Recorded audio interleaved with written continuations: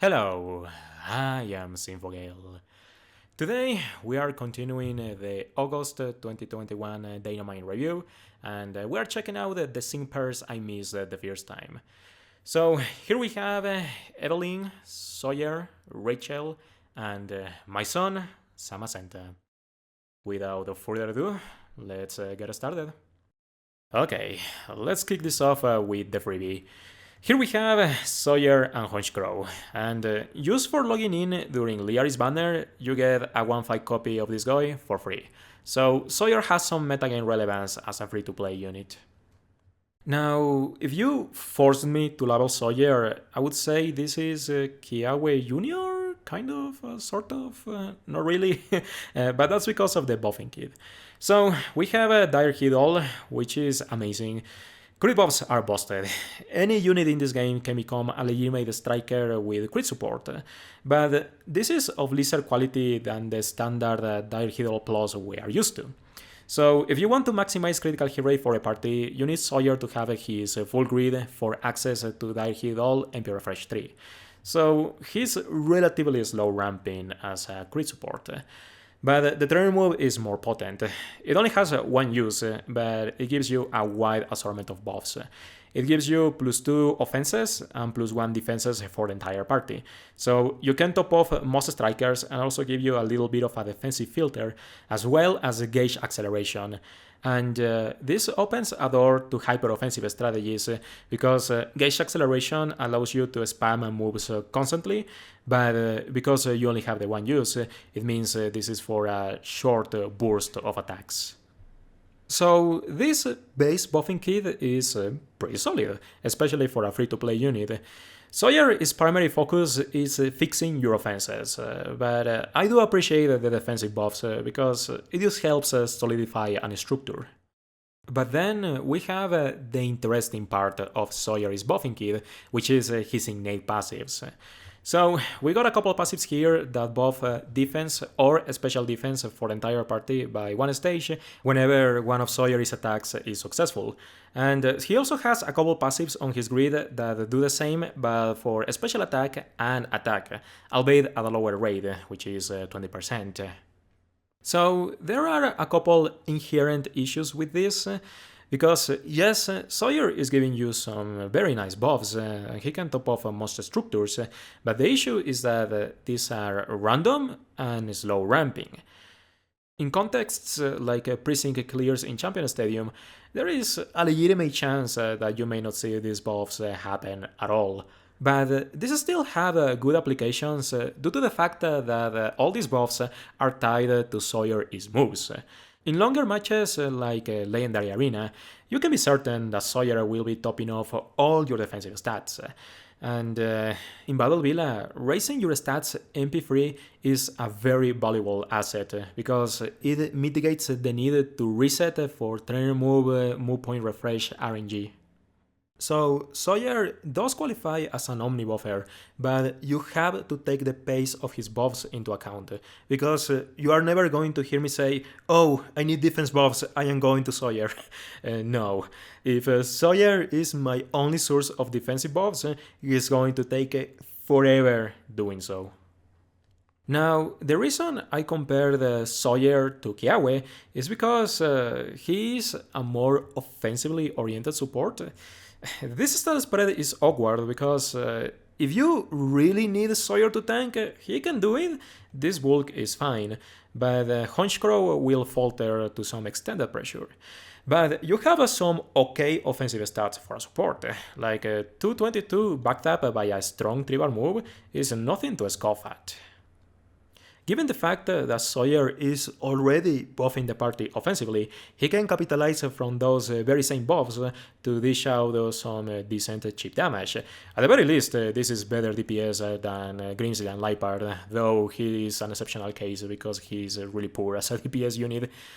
However, you do want to be clicking Dark Pulse because it has this 20% chance of flinching the target, and this turns Sawyer into a flinch bot, which is one of his strongest distinguishing niches compared to other supports, because you click a decent damaging move that also has this chance of crowd controlling the target, and backed up by Dark Pulse Aggravation 1 on your grid, you have very solid chances of crowd controlling a target and stopping damage altogether. So if you want to use Sawyer, I think this is one of his better focuses. Lastly, Sawyer's Sync move doesn't have a side effect, and you have this random Wide Awake innate passive that stops sleep, which can be handy in full force battles. There was one that tried to be Serena because it had Hypnosis with Go Barrel 9, so it can help there. So, let's check out the grid. The 1-5 is fairly barren. You have some Night Slash tiles, but this move is really sad and always will be, so you only click that for gauge reasons. But you have most of your Dark Pulse tiles as well as the MGR3, so it helps a little bit, but there is nothing else to look at. Then there is the 2-5, which has Flag Bearer 1. So this allows Sawyer to fulfill his function of slowly maximizing attack for a party. It can help, and you also have the Direct Hit All MP Refresh 3. So if you need Sawyer to maximize critical hit rate for a party, now he can reset to do so. And you also have MGR for Night Slash as well as Endurance, which helps in Champion Stadium if Sawyer has to tank, so he can sustain one extra hit of damage. And you also gain another Dark Pulse MGR tile, which mitigates some of the issues that lie with spamming Sawyer's Dark Pulse, especially after Gauge Acceleration wears off. So for a full grid, this mostly gives you defensive tools. There is Healthy Healing and Quick Cure, which is fairly standard but also pretty good. And you also have an NPR2 on the terrain move. So this sounds theoretically awesome because Sawyer's terrain move is very potent, but my qualm here is that you only have the one used originally, so you have the 30% chance of proccing this, and if I go for an NPR, it's because I really wanted to proc, and I am probably resetting for it, but that is mostly a quirk of my own personal playstyle, so I will be skipping this on my grids, but it wouldn't be a terrible idea to have this extra chance for a gauge acceleration as well as the additional buffs. Then there is a hype up for special attack buffs as well as aggravation 1 to enhance Sawyer's flinching chance. But then we also have some syncing tools with Sync Burst 1. So this tile here is fairly important for Sawyer's viability because it gives him a very unique niche. This is Gloria and Sassian's innate passive, whereby when she sinks for the first time, she recharges an MP for all her turn moves. So if you consume your turn move and dire hit all once, and you sink with Sawyer, then you recharge them reliably. So instead of going for the MP Refresh RNG, then you can just go for Sync Burst instead, have a Sawyer sync, and he can easily maximize all your stats that way, without having to worry about the reset garbage. But the problem here is that Sawyer doesn't have a 6-star EX support bonus, and syncing with him is useful, but it has an opportunity cost because you could be doing something more useful with a sync instead. But this is particularly phenomenal for free-to-play Balabilla climbing, because Sawyer can give you this guaranteed +1 crit buff as well as a gauge acceleration every fight, and that is very helpful offensively. So I definitely recommend the Sync Burst and Synchro Healing for Balabilla climbing, and maybe some easier content like Legendary Arena or Full Force battles, but not for Master Mode, because I could be doing something far more potent with the Sync buff. Now, my recommended playstyle for Sawyer would be as a Silence Buffer / Flinch bot. What I would do would be something like this. Grab all the Dark Pulse utility as well as the offensive buffs and Healthy Healing for some recovery. Though if you don't like the randomness, you can drop this and grab a Sync Burst, so you have the reliable means of recharging your MPs and henceforth your offensive stats. The focus here lies on Dark Pulse Aggravation 1, because it turns Sawyer into a reliable flinch bot, and his flinching efficiency allows him to support harry or fall fighting strikers. Specifically, 3-5 Blue and Pidgeot, who have Harry 5, and also BP Zinnia, Summer Marnie, use all sorts of strikers that can gain a multiplier through flinch. Another way to approach Sawyer would be dropping all the utility on the top right of his grid, so you can grab MP refreshes and endurance to tank an extra hit. This will be more useful for precinct clears in Champion Stadium. Then there is the Battle Villa mode I mentioned earlier. So when you use this, you consume Sawyer's turn moves, but before leaving the fight, you sync with him, so that you can recharge them through Sync Burst. And because you are always syncing with Sawyer, you can also benefit from Synchro Healing 1. And you grab some MGRs on the way, as well as the MP Refresh on Dire Hit All, because if you proc it, then you can have more crit buffs for a party. But the rest of the utility is a little awkward for me, because I would love to grab Dark Pulse Aggravation 1, but there is barely any enough energy for it. But in this case, I think the MGR is more valuable, but you can also drop stuff so you can grab Hype Up as well as Flag Bearer. It depends on what you want to do with this one. So I am offering some cookie cutter grids because I know that some of the people that watch my videos copy my grids without thinking about them, which is totally fine. Like, I know most people don't want to take this game that seriously, so that's fair, I don't blame you for that. But for example, here I have a very awkward grid that I am going to use very often in Legendary Arena. So Verbus let me know that Sawyer and Vampire Kids in general have some fantastic synergy together, because vampires play very long, drawn-out encounters, and that's Sawyer's preferred environment. Just for clarification, this Sawyer plus Vampire team composition mostly works on Legendary Arena, and Sawyer is more of a facilitator because he compresses all the offense and the defense that a vampire appreciates, but this is still a very heavy gauge lineup and it requires support on that front. So in the case of New Year's Lily and Sycamore, they can provide AoE regeneration, so Sawyer can afford to drop a Healthy Healing and bump up a Dark Pulse to help get through the fight a little quicker. Ultimately, Sawyer has a lot of utility, and I wanted to be truth here because everybody who logs in these days has access to Sawyer, and you can get a lot of value out of this unit if you understand how to play him. Next up is Sawyer's partner in crime, Rachel and Umbreon. And I am going to be a lot shorter with this one because I don't like this kid at all. So Rachel is a dark type support, just like Sawyer, and she is meant to complement the utility that Sawyer doesn't comprise otherwise. What we have here are speed buffs with a very potent healing move. This is a glorified full restore. You get 60% HP recovery, it removes every status and interference, it applies Endure on the target, this is very important, and it also gives you regeneration after the team has a sync buff on its belt.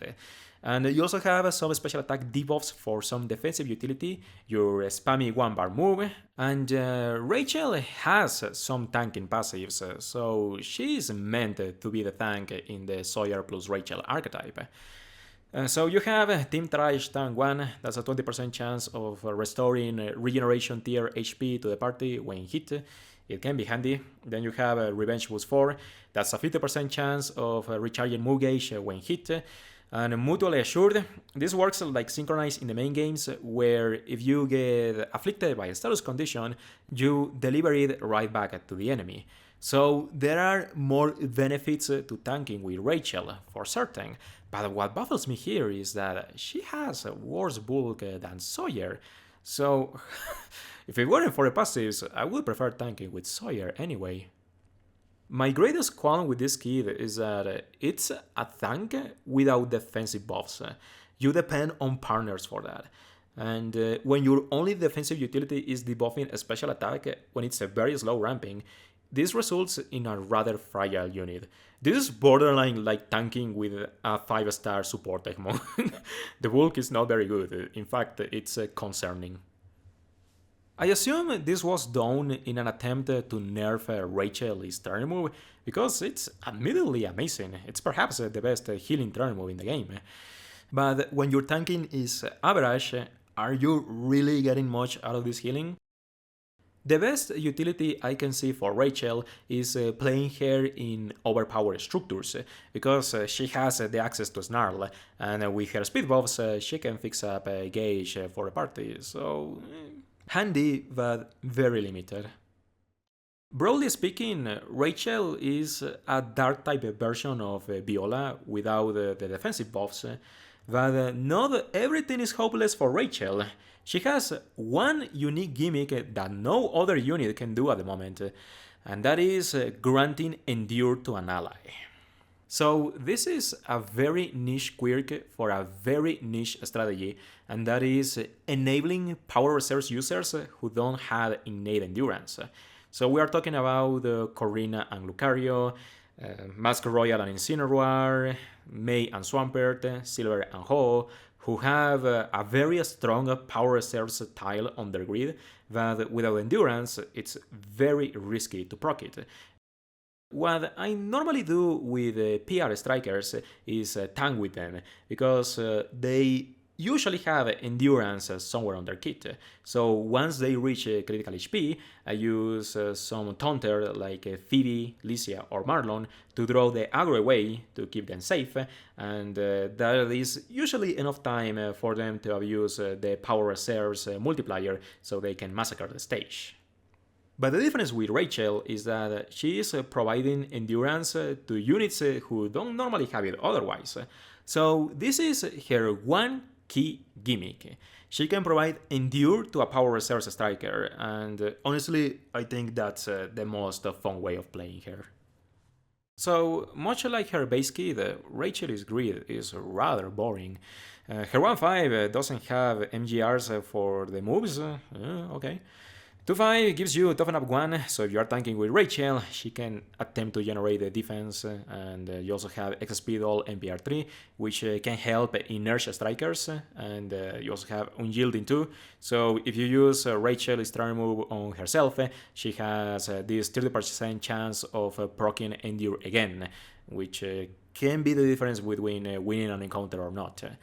The full grid has Tighten Up 1 to generate some special defense buffs, Impervious to prevent stat drops, Fear State 4 for a healing boost, you have Quick Cure to deter interferences, and Terror Move Shield at 1, so when you use this, you raise the defense for the entire party, which is perhaps one of Rachel's most important tiles as a standalone tank, and you also have Terror Move Point Refresh 2.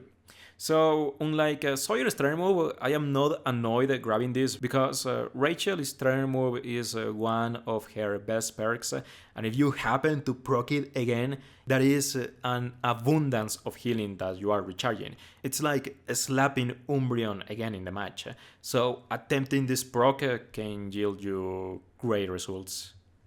There is also some syncing tools, but unlike Sawyer, there is no big incentive on syncing with Rachel, so I wouldn't bother with that. Not much to see here. The standard build I would do would be MPRs on the turn moves, the AoE defense buff, as well as move gauge refresh on Snarl, so you can aid with gauge, and Fear State 4 for a healing boost.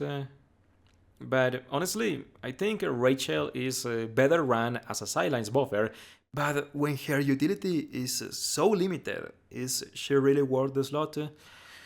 However, I think this Endure granting effect is Rachel is best niche, and we can find really fun applications through that. And here we have a new special BP sync pair. Evelyn and Entei. And I have something embarrassing to admit here. I don't actually know any of the battle shadow lanes.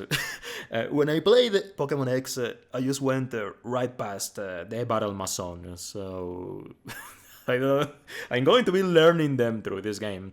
But at least DNA is introducing them one by one for now, so I don't expect to get them mixed up. Anyway, Evelyn is the fire type equivalent to Cobalion and Rayrock. She is a 5-star support, but with a master passive. Fire Teamwork is a 10% move damage increase, a 10% move damage reduction, and it can be enhanced with fire theme skills. And this increase in bulk is very helpful for Evelyn because for a 5-star support, her bulk is a little super. If you want a bulk referential for Evelyn, she has similar defenses to May Swampert Pre-Mega or to a 4-star Onyx and Brock.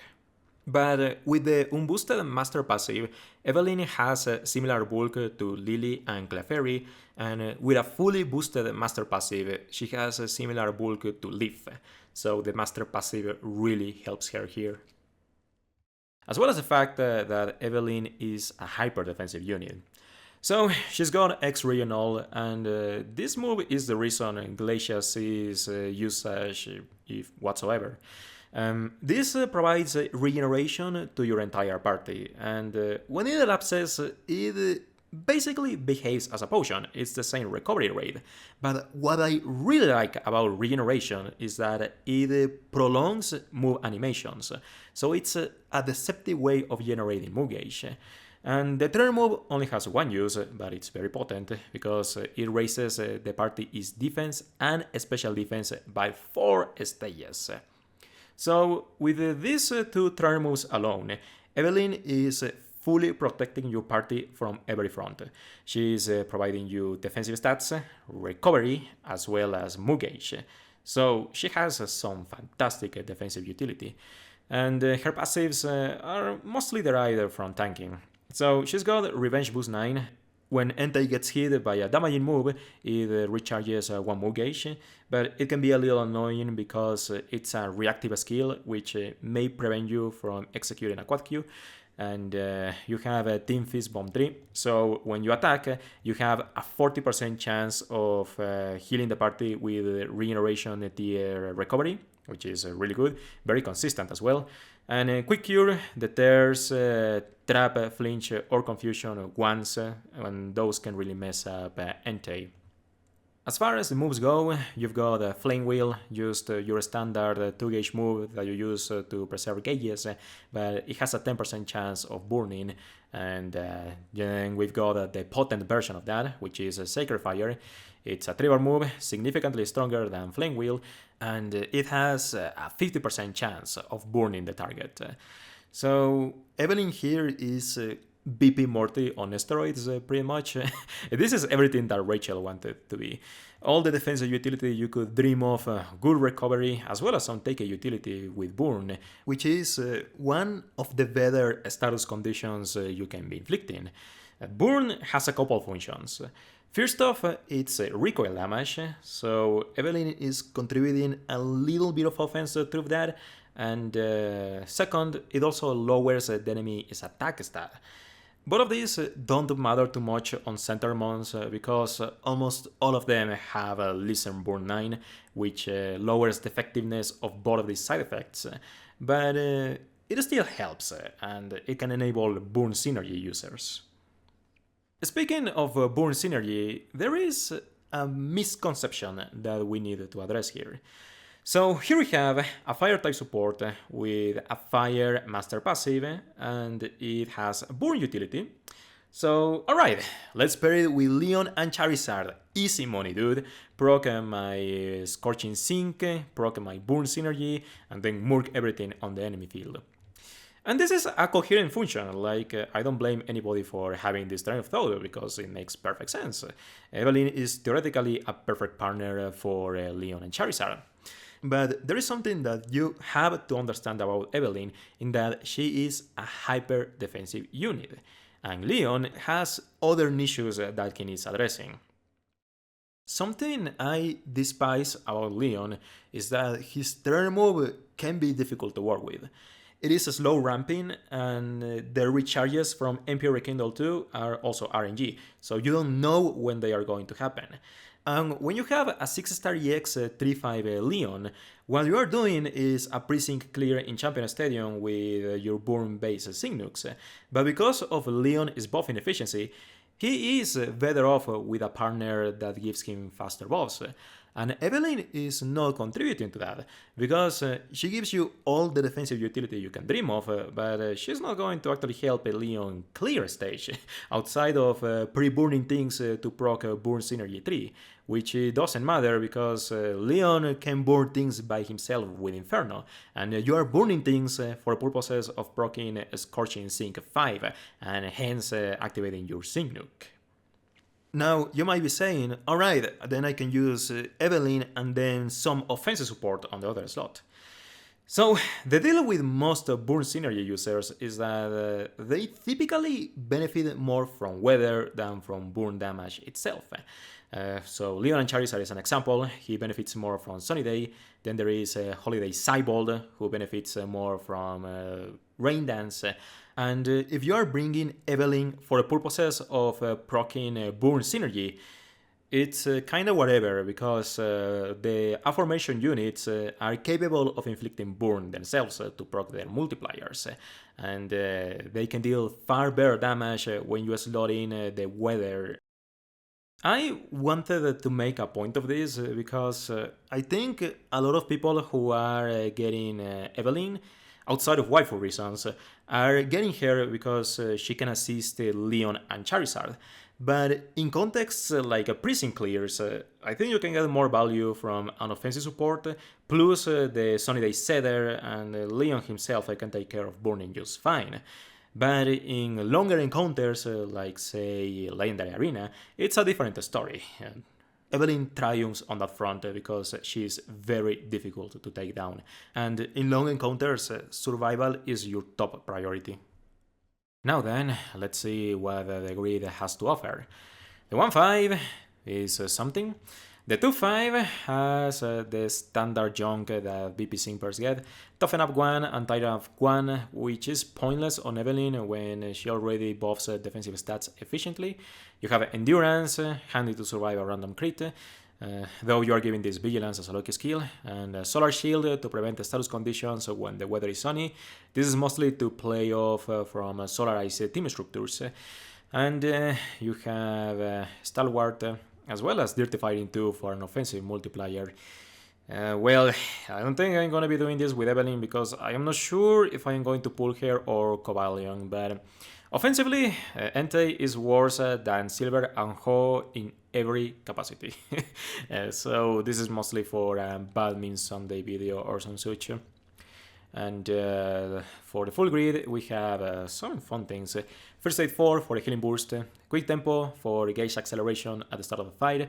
The only realistic way that Evelyn has to contribute to Hyper Offense, and Team Pinpoint Entry 1 as well, to assist with accuracy, because there are some strikers who need that, like Lance and Dragonite, 1-5 Lance and Dragonite. Then you have an NPR 3 on the turn move, which is fairly reliable, though you only have the one use, so proccing it can be a bit of a headache. You might have to reset for it. And you also have some syncing tools, but without a 6-star EX support bonus, I would not recommend syncing with Evelyn. And you have the Unbending for the Pseudo Impervious core. You also have MPR 3 on X Regional, but a battle should never last long enough that you need more than a couple X Regional uses. This is mostly for Battle climbing or some such. The standard build I would run would be something like this. Evelyn wants to be tanking, so she benefits from the Pseudo Impervious, and you have the Healing Burst in case she gets pushed into red health, as well as the turn move NPR, because you might as well go for a chance of proccing it so you can maximize your defensive stats, but it's perhaps unnecessary. And you also have some engage generation for Sacred Fire, because Evelyn wants to be spamming this to attempt to proc the burn chance, so she can get that recoil damage through the status. Though otherwise, don't expect Evelyn to do damage if you don't give her any offensive support. it's a defensive unit after all. And if you want to go for endurance, you can drop some of these, but Evelyn is super tanky, and I don't think that she will ever get pushed into endure range, but it's still a viable possibility. And if you want to nav a pinpoint entry, then you can do something like this, as well as going for quick tempo for the gauge. But overall, this is a simple unit, but extremely effective when given the circumstances.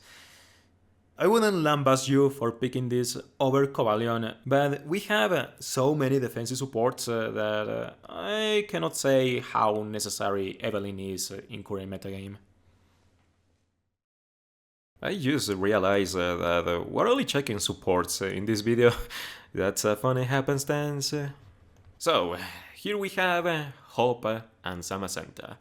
Hope is alright, I like the kid. He has an actual character arc, unlike most of the Pokémon franchise. But let me level you for a second here. This dog is in my top 5 favorite Pokémon. I love him. You know what? I am going to show you a picture of my Zamazenta. Look at him. I love this doggo. He's such a good boy. I spent an hour catching him in a moonball so he would look prettier. If this were a banner, I would have splurged all my gems getting the guy. So, needless to say, I have some massive favoritism. But I am pleased to announce this is a free-to-play legendary sync pair. So, my gems have been spared, and everybody enjoys access to a fully decked out 5-5 2020 Dogosenta. So, let's see what this guy can do for us. Before we even get started here, Hope is our first free-to-play Galar sync pair. So, those missions are going to be so much more bearable with him around. Zamazenta has a good stat spread. Solid all around, though DNA definitely learned their lesson after Sycamore. This stat spread is absolutely accounting for the 3-5-5 2020, but it's still very good defensively and offensively. Like, this is better than base Emmet, pretty much. So, Zamazenta can deal some actual good damage, and it's a big part of this kit. As for the buffing kit, we have a potion for recovery, with Pikachu's potion efficiency, so Zamazenta is a very solid tank, and the trainer move is also equally as potent. It buffs +2 attack, +1 defense, and +1 crit for the entire party. This is an amazing trainer move. It's on a similar tier to Hilbert or Ingo, where you can set up your offenses almost immediately. The only issue with this trainer move is that it only has a couple uses, so if you want to fully maximize your stats, you have to reset for the move point refresh tree on Dogosentai's grid. So that is one annoying garbage aspect that I despise on certain units like Signature Blue or Skyla, but it's still very much worth it because maximizing attack and critical hit rate in such a short span of time is one of the reasons that Hilbert sees as much use as he does. Before checking the moves, we should see the passives first. So we have Sentry Entry 2. When you enter the field, you gain +2 defense. Use a little callback to Dauntless Shield in the main games. And we have a Healthy Benefits 5, a little similar to a Healthy Buffer 5. When you get hit by a move or single move at full HP, it's reduced in damage. So here are your incentives to tank with Dogosenta. It has a damage filter a la multi-scale. A tech you can perform is, let's say that you're going to get hit by a super effective sync move. You can use a potion to top off Dogosenta's health, and you can filter the damage from that sync move so you don't feel the full brunt of that attack. But most importantly, we have a Free Bench 4. So when Zamazenta gets hit, it has a 50% chance of proccing free move next. And as you might notice, we have the 1-bar spam as well as a 4-bar move. So Behemoth Bash is functionally identical to Behemoth Blade. It's a 4-bar move that gains a multiplier when the enemy has a sync buff. Post-sync, Dogosenta's DPS really jumps, But there is some definite gauge issues in this unit because you don't really assist the party with gauge, but this is your means of contributing to the fight. Because otherwise you will be spamming Metal Claw. But when you have the Free Bench for proc, you have this chance of launching this Behemoth Bash cost-free, and this is very potent given Dogosenta is offensive stats. Pre-sync Behemoth Bash has comparable damage to Mega Metagross's Iron Head. I think that this speaks for how poor Steven's DPS is, but post-sync Zamazenta hits harder than Power Reserve's Sogaleo, and it's not that far behind from Gloria and Sassian.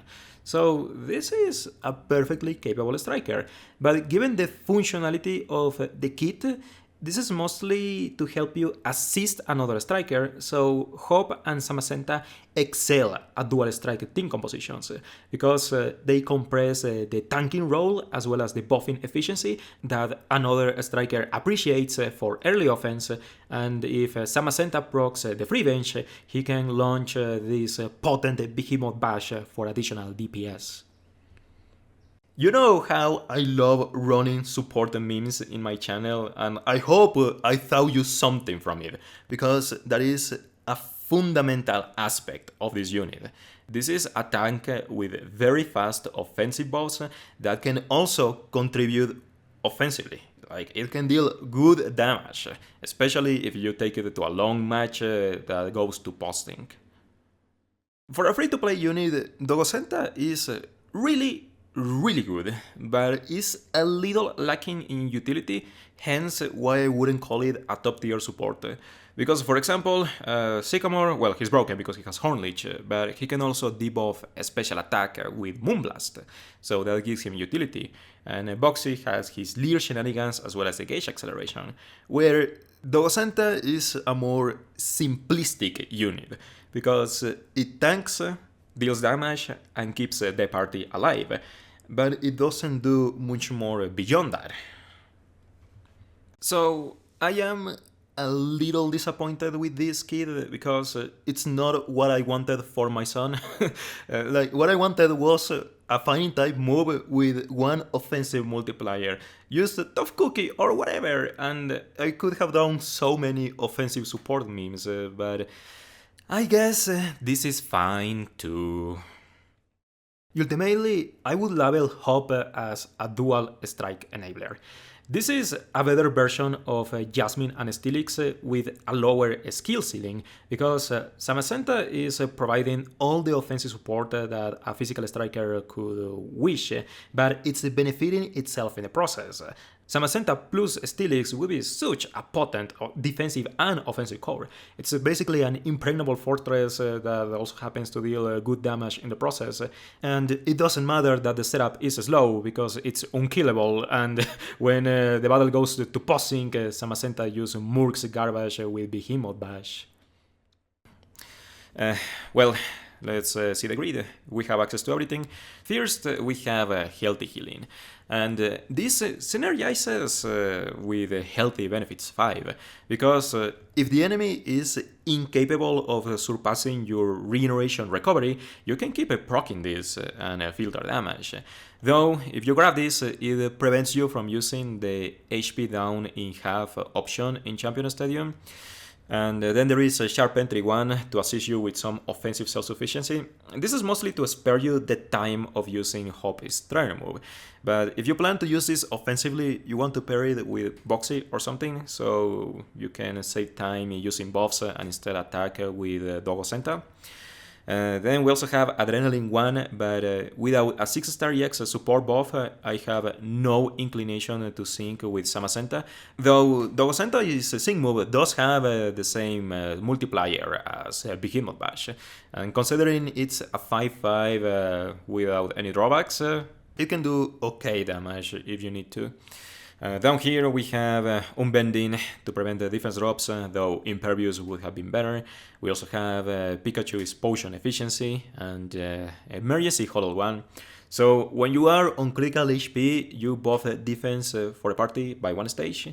which is kinda handy because Zamazenta is a party why the defense buffs are slow ramping, but you don't need to maximize the party's defense so they can survive a sync move for the most part, so it's probably worthless. And we also have some Metal Claw utility. So we have a Metal Claw accuracy tile, which helps because Metal Claw can miss. It's a 95% accurate. But what I really like about this move is that it has a really slow animation. It is effective at generating move gauge, especially with regeneration. So I will grab this so you don't miss the chance of landing Metal Claw when needed, because that may help you get it to another move with another party member. And you also have the MGR4 on Metal Claw, so very, very spammy. And you can also both attack and defense when using it, but this is mostly for Battlefield contexts, because Hop is very efficient at buffing both of those stats with his turn move anyway. And there is also Wise Entry 1. Now, Dogosenta is primarily a physical tank, because you have the Sentry Entry 2, and your turn move buffs defense. But your special defense is fine, this is solid. So if you need Zamazenta to tolerate special damage, you can grab this and it would work okay. But the absolute most important tile on this grid is the turn move Emperor Fresh 3. You can maximize attack and crit for a party in 3 turn moves, which is very, very potent. As for standards, what I would recommend would be something like this. Something about the Potion Master Healer is that it takes a ton of energy. So by dropping some perhaps unneeded recovery, you can grab some other utility. So you can have a healthy healing as well as the Behemoth Bash MGR4, which might be more helpful. But if you really care about the recovery, then you can drop all of that and have Metal Claw tiles, so you can have the accuracy as well as the gauge generation. It would be a safer approach, but you can also drop this and grab a Wise Entry 1 in case you need Zamazenta to tank special damage. Not a whole lot to do here, it's a very simple grid to be honest. But if you want to play Dogosenta offensively, it's very capable of doing that, though remember that you never have to run Zamazenta as a solo striker, because it's so good at enabling dual strike that you're kinda wasting its DPS potential, because you can just slap any other steel type striker in there, even Wickstrom and Molayne, and they benefit from Zamazenta's presence, while Zamazenta adds in extra DPS with the Behemoth Bash. I would only run this as a solo striker in contexts like a Legendary Arena, where you're looking for all the roll compression possible, and you would need Zamazenta to solo strike. In that case, I would grab the Sinking Tiles as well as Adrenaline 1, because remember that you have a Free Bench 4, which is a reactive skill, so it can prevent you from performing a quad Q, and Adrenaline preserves your turn sequence.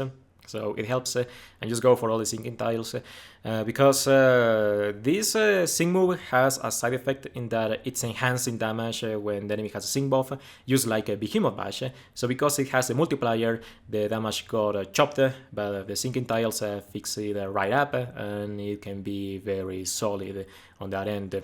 But again, Zamazenta is best paired with another striker, so it can help them out. Even though I would really like for my son to take the spotlight, but it's just not proper for the unit. But, we are finally done here. Oh man, this took much longer than I was expecting, but thankfully I did split the Datamine into 2 parts, so it helps with my sanity. So, we're done here. Thank you so much for watching, take care, and I hope to see you another time.